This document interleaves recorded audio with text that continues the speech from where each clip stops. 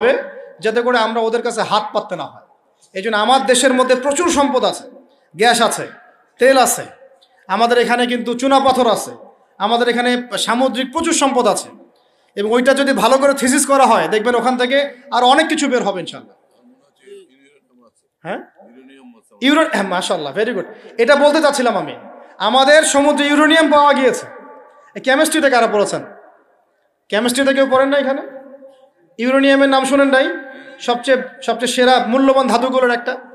এগুলো যদি সুষ্ঠুভাবে তোলা হয়, আর যদি দুর্নীতি না থাকে, সরকারের সুষ্ঠু ব্যবস্থাপনা থাকে, সরকারের যেই থাক না কেন, বাংলাদেশ সমৃদ্ধ হবে ইনশাআল্লাহ।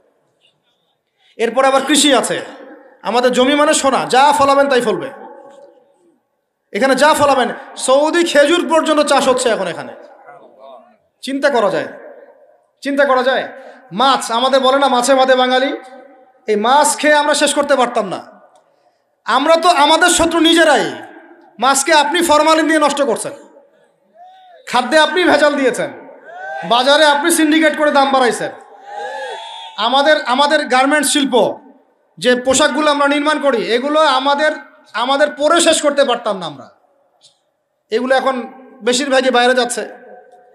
তো অনেক প্রবলেম। এই জিনিসটা এক কথায় উত্তর হচ্ছে, যদি আমরা অর্থনীতি সমৃদ্ধ করতে না পারি, আগামী বিশ্বকে আমরা চ্যালেঞ্জ করতে পারবো না। উপরে যে বা যারাই থাকেন তাদের সাথে আমাদের কোনো দ্বন্দ্ব নাই। আমাদের একটা আহ্বান, উদাত্ত আহ্বান, করজোর অনুরোধ, শিক্ষার সাথে সাথে অর্থনীতি সমৃদ্ধ করার চেষ্টা করতে হবে।